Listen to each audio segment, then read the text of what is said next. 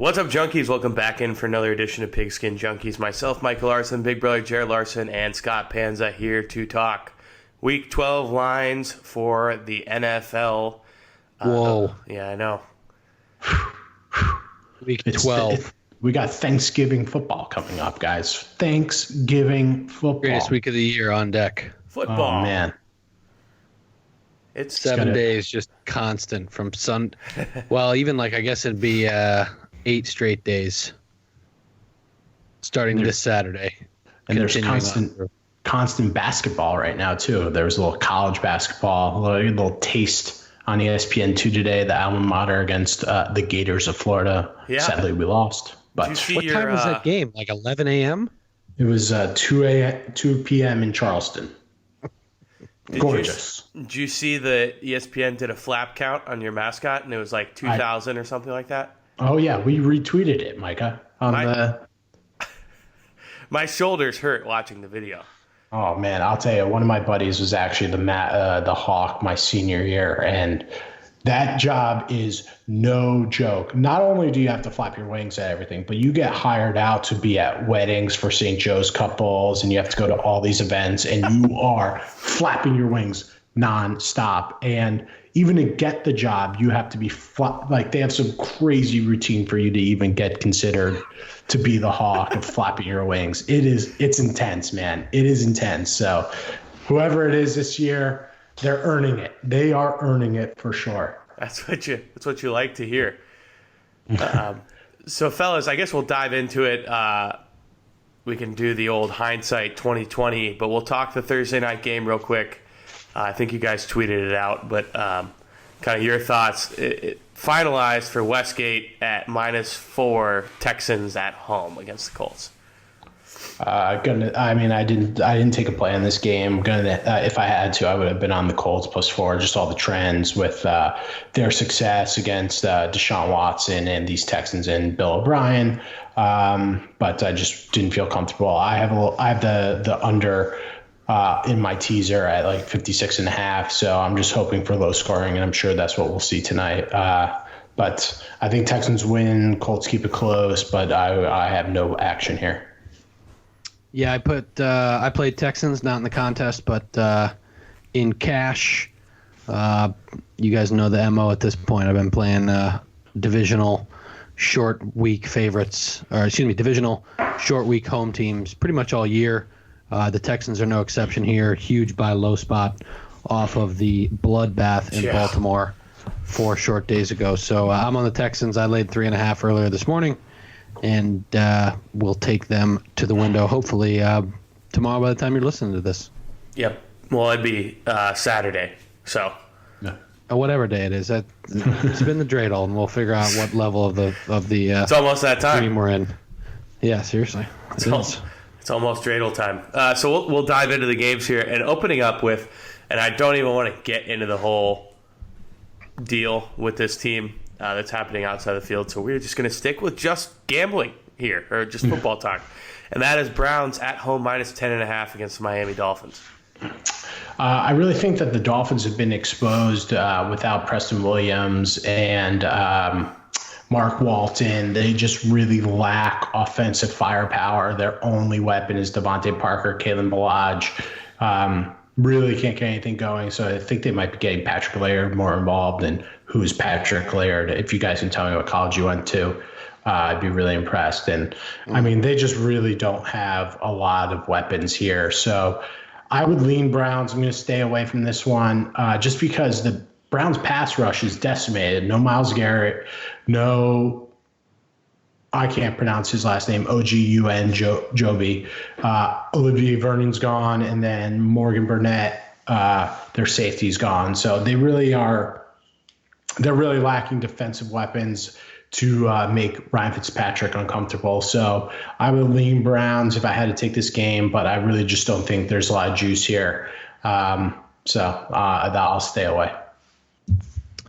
Yeah, stay away from me. If I had to play, it would be the Dolphins with Ryan Fitzmagic at quarterback. A lot of uncertainty with the Browns right now. How will they respond given what's happened over the last 4 or 5 days? And then in addition to that, as they move towards the weekend, I think Freddie Kitchens laying 10.5 points, laying double digits is not something that I'm interested in. So certainly would not be playing the Browns in this spot. But if the Dolphins maybe gets up to 11, 12, that might be a number I'm interested in. Yeah, what a week. Next up, Broncos trying to recover from that horrendous 20-0 L that they had, taking on the Buffalo Bills in Buffalo. Bills -4. Wonkavator pick of the week, upways, backways, sideways. You're going to have a very dejected Broncos team going back on the road off that loss, going up against one of the best defenses in the NFL with total coaching mismatch between McDermott and Vic Fangio. Brandon Allen, I'm sure you've heard it, beaten to death. Small hands in cold, wet, rainy Buffalo. Lay the 4 points. You got a rookie, no-name quarterback up against one of the best defenses in the league. Josh Allen will have his way with this Broncos defense. I really think that this is just a total letdown spot for the Broncos off that loss. And this is such a sweet spot. Now, I will not be deterred by what is seemingly a disrespectful -4 spread on this game, much like I was deterred from Jets skins last week. I think it's just a total mispricing. I think the Bills are just going to lay it to the Broncos, and it won't even be close. Wonka Vader. You know what they say about small hands? They drive big trucks. Uh-huh. I will also be on the Bills. This line stinks so bad to me, and maybe I'll just give myself some credit that I have put the appropriate rating on the Bills, and the odds makers and Vegas in general the marketplace continue to undervalue them. Maybe that's just what this is. But I looked at this and I said, how is this even possible? I mean, as Scott said, I think Orchard Park especially this time of year, is worth 4 points, and I just don't believe that you tell me it's going to be this Broncos team versus the Bills on a neutral that the game is a pick 'em. I don't buy that, and as a consequence, I will be on the Bills laying the 4. Just to step in real quick, look ahead. Bills are going to get 7 next week on Thanksgiving against the Cowboys, and that just feels super juicy. So looking ahead, I will be hot. It won't be a super contest play, but it'll definitely be a very sizable cash play for, the turkey day. And we'll get into that on the pod next week. But just looking ahead, catch that 7 early with the Bills against the Cowboys next week. Remember last year when I talked you off the three play Thanksgiving Day ledge? Yes, that was huge. That was a big step I away. remember that. Oh man, I was so confident. And you were juiced. I remember it thoroughly. We'll have to discuss after the podcast how we're going to approach next week. Obviously, with the holidays coming up. Anywho, next game on the docket: the Bungles at home against the Steelers -6.5. Oh no, they're just puke fest. Which side do you want to get behind? Mason Rudolph, who cannot play quarterback all that well, and then Ryan Finley, who plays it even worse with an offense that lacks any sort of identity, any sort of gusto, if you will, because they can't score points, and they couldn't even score points on the Raiders. So I'm laying the 7, 6.5, whatever the number is right now with the Steelers on the road in division. I know it makes you want to puke laying that number with Mason Rudolph, but I've been watching this Bengals team. I've been trying to get behind them. They are so bad. They have no spark whatsoever. So I will lay the 6.5. Yeah, I can't do it out of principle, but I agree with everything Scott just said. It's against my religion to lay 6.5 on the road in November in division, but I want no piece of this Bengals team. Ryan Finley last week in his premiere showed me not a whole lot. He did play well in the preseason, but that was against a lot of backups, and these are now starters on a very good Pittsburgh defense. My challenge point here is, can Mason Rudolph move the ball up and down the field enough to cover 7 points on the road? And I have a tough time seeing that or feeling comfortable about that. So it'll be a pass for me. on this game, but I agree with the premise, all premises that Scott made. Yeah, you got to think, not to bring up the whole issue, but with Mason Rudolph, that guy's going to have CTE in like 2 years. Because, think about all the head trauma he's had. He got concussed once already, yeah. Yeah, he got knocked back into 1920.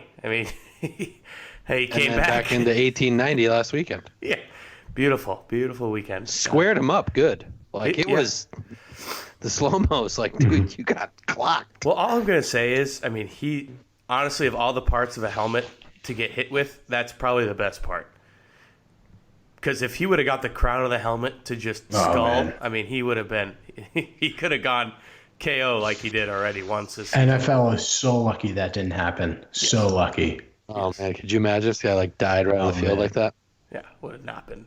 We're not talking about it. We're not talking about it. So Bears, speaking of great quarterbacks, the Bears, -6 at home against the New York Football Giants.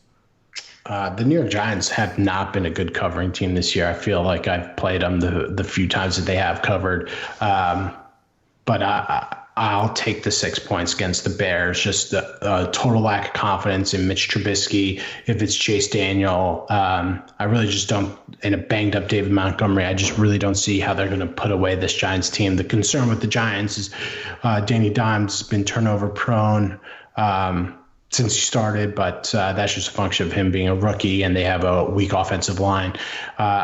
Khalil Mack just hasn't dominated like he has last year, so while the pass rush of the Bears should concern me, I'll just take the 6 just because they have the superior quarterback play with Danny Dimes versus whoever the Bears are going to trot out there, and Matt Nagy is regressing as a coach, it seems, this year. I just don't think he has anybody. Trubisky is so bad. Listeners probably don't know this yet, but I was in the Second City on Sunday, trotted down to Gibson's to get some dinner and take in the Bears game with the local crowd, and only stood for the first half. But they are so sick of him in that town, and with good reason. He missed several throws by 5, 6, in some instances 7 yards. Tariq Cohen made that unbelievable catch.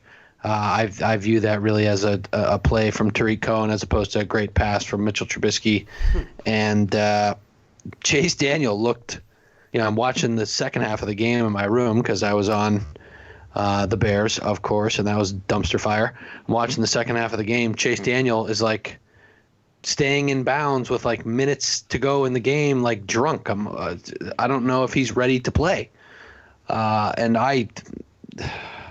I'm not sure who wants to lay 6 points with the Chicago Bears team, which means you should probably bet them, but no way. I feel like you just got to look at the defense versus a rookie quarterback and feel confident in the fact that they'll at least score a touchdown. They're not kicking field goals anymore, that's for sure. 40.5, you ain't lying. 40.5, give me the under. Do you trust either of these teams to put it in the end zone if they get in the red zone? I'll tell you, a lot of actions coming in on the under. Yeah, Bears can't make field goals. They can't score touchdowns.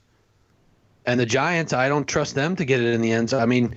You talk about Danny Dimes and you crunch the field down against that defense. I could see a lot of field goals from the Giants. That's another concerning thing with the Giants is no Evan Ingram, no Rhett Ellison, still question marks around Sterling Shepard's health. So it's Golden Tate, Darius Slayton, and Saquon still banged up. So that's a good point. I think the under is actually a pretty juicy play. Our guy Darius Slayton, Scott, you know where he went to school? Auburn. That's right. Oh, nice. He's good. I like him. Good work, Scott. I'm proud of you. Next up. I put it right on the tee, but yeah, I know. Next game, and that is the Jets are at home, but the Raiders are coming to town, and they're favored -3.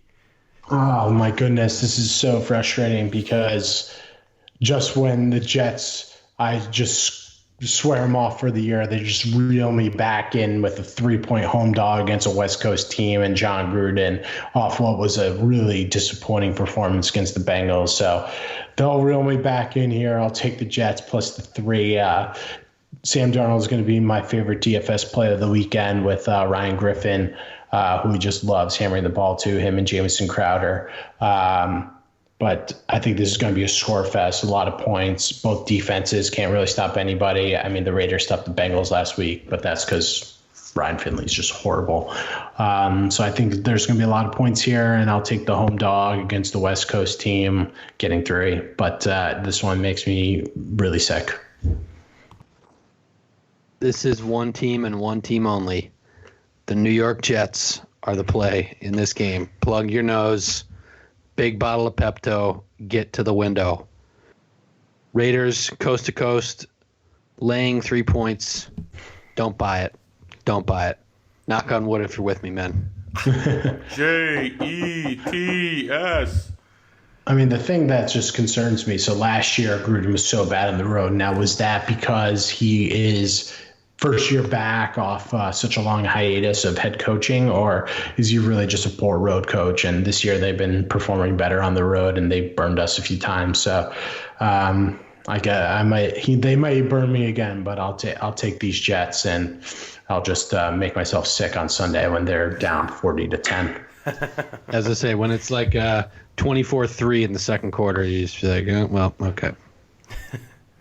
Hey, and now we got the Saints at home. Drew Brees in a dome, guys. Drew Brees in a dome, taking on the Panthers. Saints -9.5.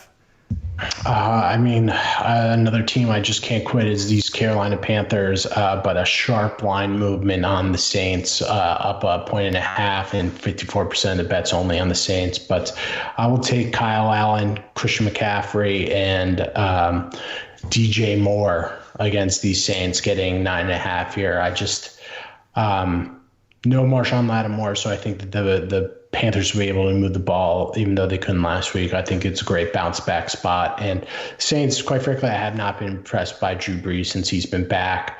I think the secondary of the Panthers should do okay against Michael Thomas. They're much more susceptible on the ground, so maybe it's a Alvin Kamara get-right game on the ground with Latavius Murray, but I think too many points in division. Panthers couldn't have looked worse last week. Saints couldn't have looked better on paper if you just look at the box score. So give me the points with the Panthers.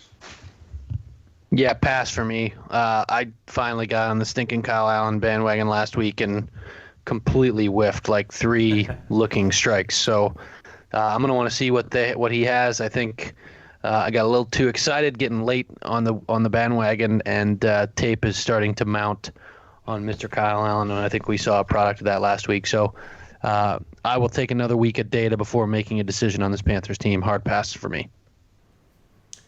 Yeah, everyone just wanted to kick Cam Newton out of town, and here we are. It's like, wait a second, hold on. Do we want to keep him around? Really, the reason he wasn't drafted. Yep, really funny moment actually in Thursday Night Football. Hopkins caught a sideline pass and was looking at Reich. And it was like, yeah, go ahead, dude. Like, throw the red flag. Go for it. I dare you. You will lose a timeout. It's a pretty funny moment. Next up, Falcons, which are just a totally different team after their bye week, taking on J-Boo and the Tampa Bay Buccaneers. Falcons at home, -4.5. Just another example of hopping on and off the trains at the wrong time. I'll hop back on the Falcons train because ever since Dan Quinn has relinquished DC duties, their defense has all of a sudden looked fantastic. So I'll just take the Falcons laying 4 against a total pass funnel defense from the Bucs that can't stop anyone, and Jameis should be good for a couple turnovers, maybe a pick 6. So frankly, this line seems short to me after what the Falcons have been doing the past couple weeks. So I'll fall for the trap and I'll lay the 4, and another one that I'm zigging when they're zagging with the Atlanta Falcons this season. That's my cheese you're going for in that trap, Scotty. I will take the Buccaneers, and Jameis is a dog, man. I'm all about it. I expect this to be a track meet. I will be coming out of DFS retirement to stack this game all kinds of which ways because neither of these teams has any interest in playing defense. I'll take the over 51.5 as well. And I agree. Jameis is going to throw 4 picks, and one of them is going to be them to lose, but it'll probably be them to lose by 1, 2, or 3, or potentially even 4, as opposed to getting blown out. It's amazing to me how inept they are in game-ending situations. Like, you watch them play the first 3 quarters, and you're like, these guys, there's something in there. And then clock turns to the 4th quarter, and they just melt. He melts. That's really what it is. Yeah, it's I liked the dog reference there, Jared. We ain't no puppies. We some dogs. We some dogs. We're gonna eat a W today. You see that? We gonna eat W's and we dogs then. Yeah. Or what is he? You strong then. Yeah. If you strong, we strong then. Strong. Yeah. If you strong, we strong. Unbelievable. Next up. The last time Florida State was good was when he was there. The dude drops dimes. That's but he can throw it at Mike Evans. His own way. Yeah. Is friend of the podcast Sir Hefe starting for the Lions this week? It sounds like it. I believe so. There we go. 3 weeks in a row. He's locking up backup duties for a long time with his performances the past couple of weeks. Yes, he is. So Lions Lions on the road in Washington, -3.5. Look ahead spot for Thanksgiving? Question mark. I can't believe it. I will take the Redskins +3.5. 17% of the bets are on these Redskins. But frankly, I mean, this one really makes me want to puke. But here's the problem with the Lions right now. Their pass rush is decimated. Trey Flowers concussion, Snacks Harrison banged up.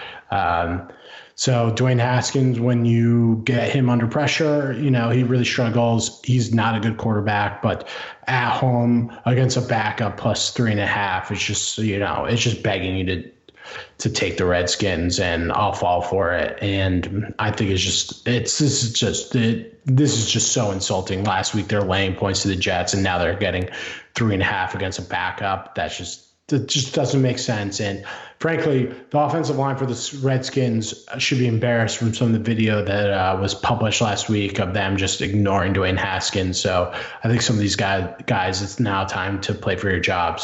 But this is a game, another under game that just seems really juicy. And I think the weather is going to be an issue in the Northeast on Sunday. So I'll take the Skins, make me want to puke, but I'll do it. Get-in price to this one, boys, is a whopping $9, which is amazing for an NFL game to see it that low.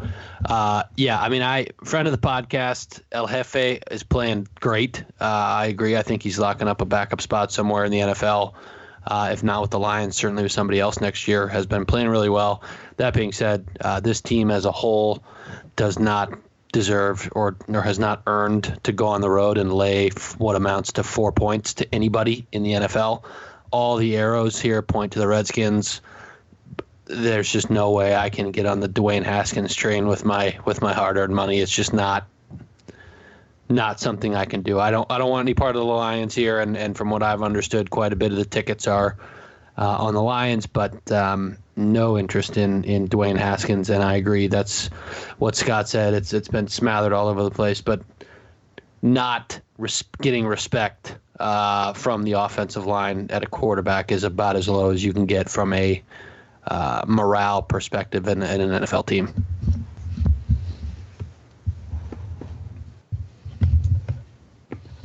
So did you guys see the video on social media of Haskins talking to his O-line?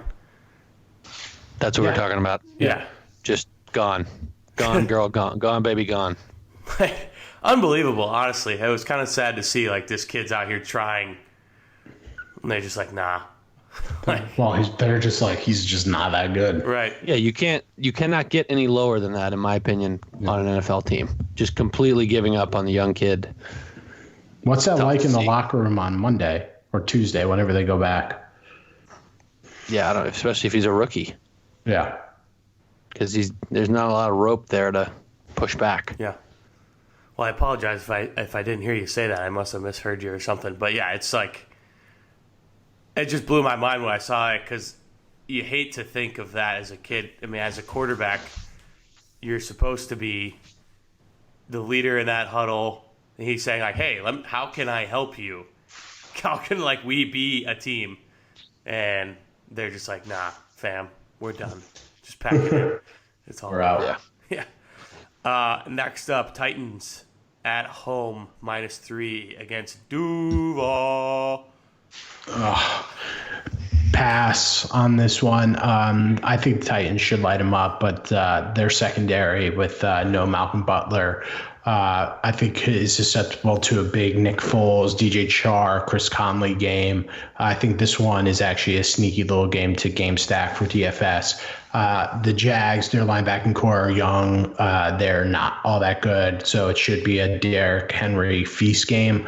But gun to the head, I'm going to take the Jags and scoop the 3 in a little bit of a bounce back spot with Nick Foles' second game back from the collarbone. But no conviction, and I love betting both these teams, so I'm staying far away.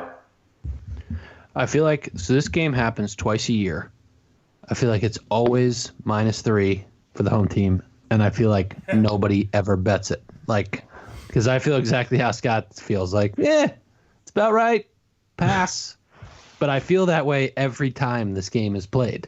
Like, it just doesn't matter. I have been impressed with Tannehill. Clearly an improvement over Mariota as far as I'm concerned. And, I think this line's pretty spot on. I made it 3.5. Came out at 3. No interest in either side here. Want to see one more data point from Nick Foles. I'll tell you, the NFL really likes to frustrate its fan base because there's only 2 games in the late slate on Sunday. It's Jags Titans, and no one's going to want to watch that, and Pats Cowboys, which should, blow the doors off of ratings. But so frustrating if you don't have any interest in either all 4 of those teams and you just want to watch Red Zone. They're just going to be flipping back and forth between those 2 games. Pathetic. So inept leadership from the NFL. Who's CBS going to put in that other slot? What do you mean, calling the game? Because I thought, no, I'm saying the rights. Like, what game do they have the rights to that they would put in that spot? Because I thought exactly what you thought, and then I looked at it and I was like, they're probably just sacrificing somebody. And then, I guess they have Broncos Bills, but that's the closest game that they have. They could have done Jets Raiders. I don't know. That's what I'm saying. Jets Raiders. I gotta. Jets Raiders not going to get any more looks than Titans Jags, and that's because when I first looked at the card, I thought exactly what you'd hit. I'm like, that's it. That's all you got. Yeah, they'll be the sacrificial lamb going up against past Cowboys. Yeah, fair. You win. There's our first debate on the show. I like it. Yeah, I know. It's like I said, I completely agreed with him at first, and then I was like, okay, who else do they have? And I'm just like, a lot of buys this week. Couple really good games that are in the prime times. I'm sure ESPN is happy about theirs, but we'll cover that on the recap show. Yeah, we'll cover that on the recap show. Next, Scotty's Pats is what I was going to say, but I decided to say the full name, and that is the Patriots, -6.5 at home against the Cowboys. Couldn't get a better defense to get right with the Pats this weekend coming to town. Just such a massive coaching advantage for the Pats against Jason Garrett. The last few times the Pats played the Cowboys, they've absolutely torn them up defensively. So Leighton Vander Esch out for this game on Sunday. I think the Pats are going to torch them. I've already hopped on this game at 6. I'll be on it at 6.5. It will be a super contest play for sure. And yeah, I love the Pats in this spot. Just when people are starting to get down and, they're overrated and how bad's the offense, I think no better cure to come to town than these Cowboys. Now, what I will say is some of what the Pats are doing, I really think they're not pushing the envelope because they just know how good their defense is, and they don't need to go out there and score a ton of points to win some of these games. So I think they're playing a more conservative game plan that they typically would, given the game script that they know that their defense is providing for them. So I think that's part of the reason why you're seeing a sluggish offense, and then the other part is just a lot of new pieces and trying to work them in. So it's not all that surprising when you're going up against some of the better, more motivated teams. But these Cowboys just got torched by Jeff Driscoll, so Pats are going to light them up on Sunday. Yeah, I'm with Scott. I'll be on the Pats. I think a lot of that has to do with I mentioned we'll call it subpar offense that we've seen this year prior to the Ravens game. That was the case in the Ravens game, and then I don't think we really saw anything from them last week. But dumbass Jason Garrett is going to be so outcoached on the defensive side of the ball by Bill Belichick. I cannot wait to see his rosy red nose and cheeks in Foxborough Sunday afternoon and evening, just with a befuddled look on his face of how are they doing this to me? I don't think the Cowboys score more than 10, and I could see another game similar to last week, 20, 23, 24, 27, something like that for the Pats, and 10 or less for the Cowboys. Yeah, it's the battle of the two largest bandwagons in, I think, the NFL. Is that fair to say? Packers. I guess that's true. Packers. Jared and I Just teed you up for that transition. Don't waste it. Well, okay. Well, now it's just going to be ugly and gross because you threw that in there. I'm going to throw this in there though. Jared and I, actually, our whole family, has a running joke that we have yet to go on a vacation where we haven't seen someone wearing Packers gear. Literally everywhere we've gone. And we've gone over to like Europe. I mean, we've done that stuff, and we've always seen still some cheesehead floating around somewhere. But speaking of cheeseheads, there you go, Jared. Packers traveling to San Fran to take on the 49ers. Kyle Shanahan's 49ers favored, -3.5 at Levi. I'll take the bait. I'll take the Packers off the bye and scoop the 3 in the hook against the Niners. I am a little concerned that George Kittle will be back for this game, and Garoppolo and Emmanuel Sanders have really started connecting in a short period of time with the Niners, and Deebo Samuel is really starting to show out as well. So they have a lot of weapons there, and against a very leaky Packers defense, but. Give me the better quarterback, healthy Devontae Adams, Aaron Jones should be able to run on this Niners defense quite a bit. So I'll take the Packers +3 in a hook. I'll probably be staying away from Super Contest, so I'll definitely have some action on Sunday night.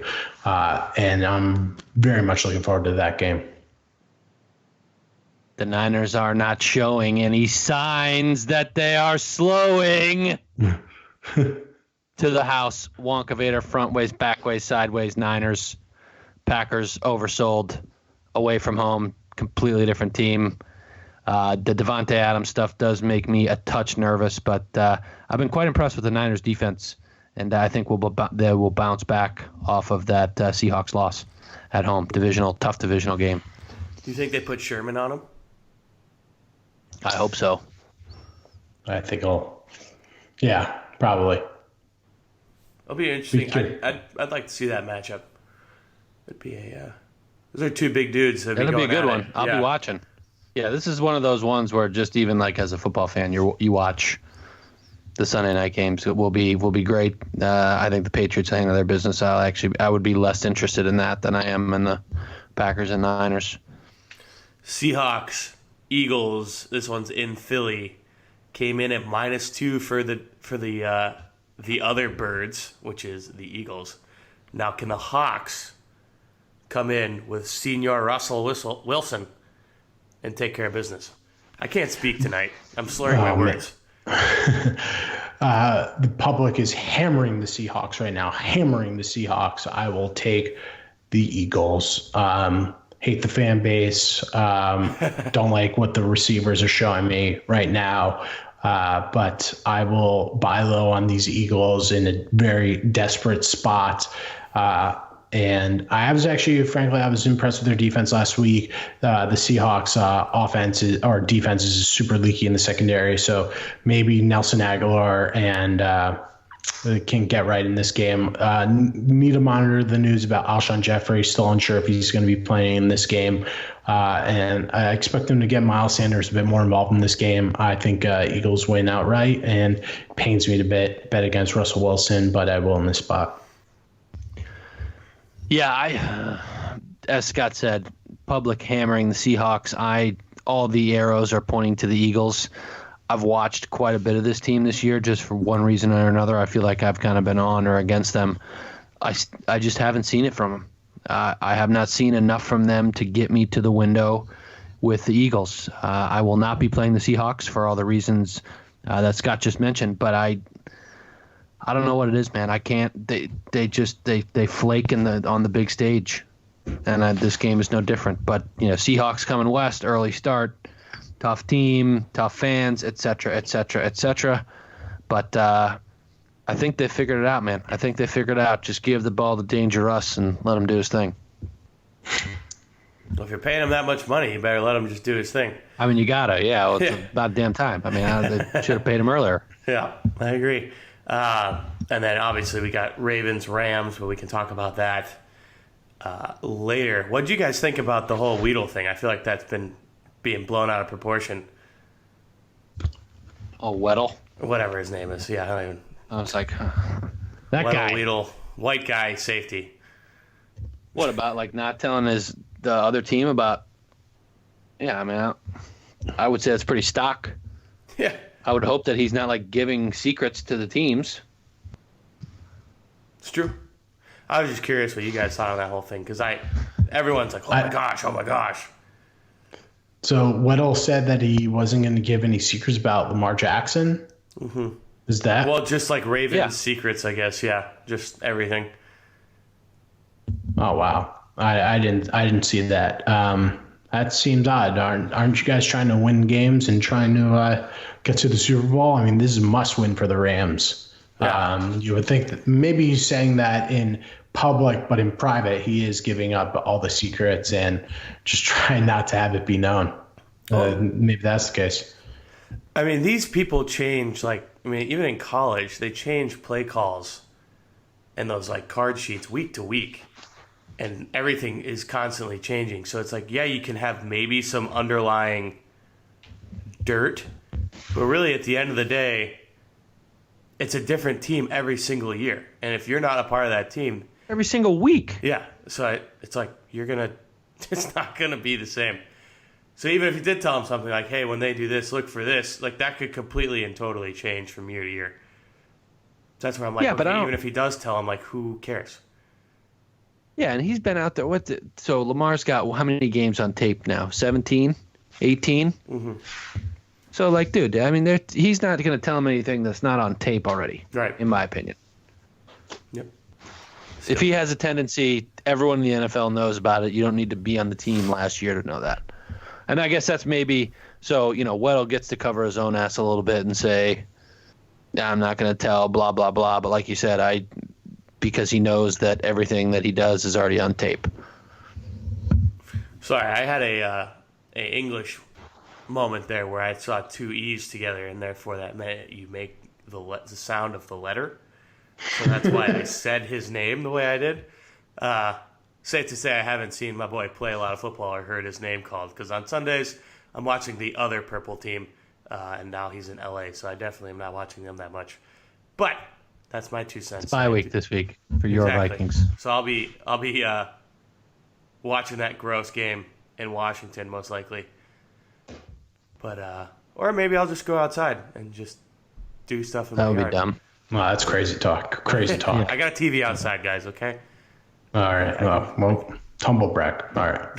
Humble brag. brag, jeez. We can still be outside. Right. I only have one though. There's somebody in here that has two TVs outside. So Allegedly. allegedly. I love it. Well, fellas, you got anything else you want to say? Anything else you're looking at for the NFL week before I kind of do the promo plugs?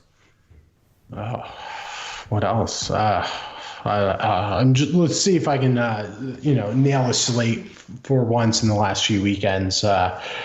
There's some ugly games this weekend, though. I mean, Lions, Redskins, the Steelers, Bengals, and Yeah, Dolphins, Browns. I mean, just pukers all around. Giants, Bears, another one. So, not the ideal slate, but I'll tell you, there's some juicy ones. Seahawks, Eagles, Packers, Niners, Cowboys, Pats. I mean, that'll be a decent Sunday. Decent little Sunday. It's going to be rainy up here, so I don't have to leave the house, which is awesome. There you go. Perfect.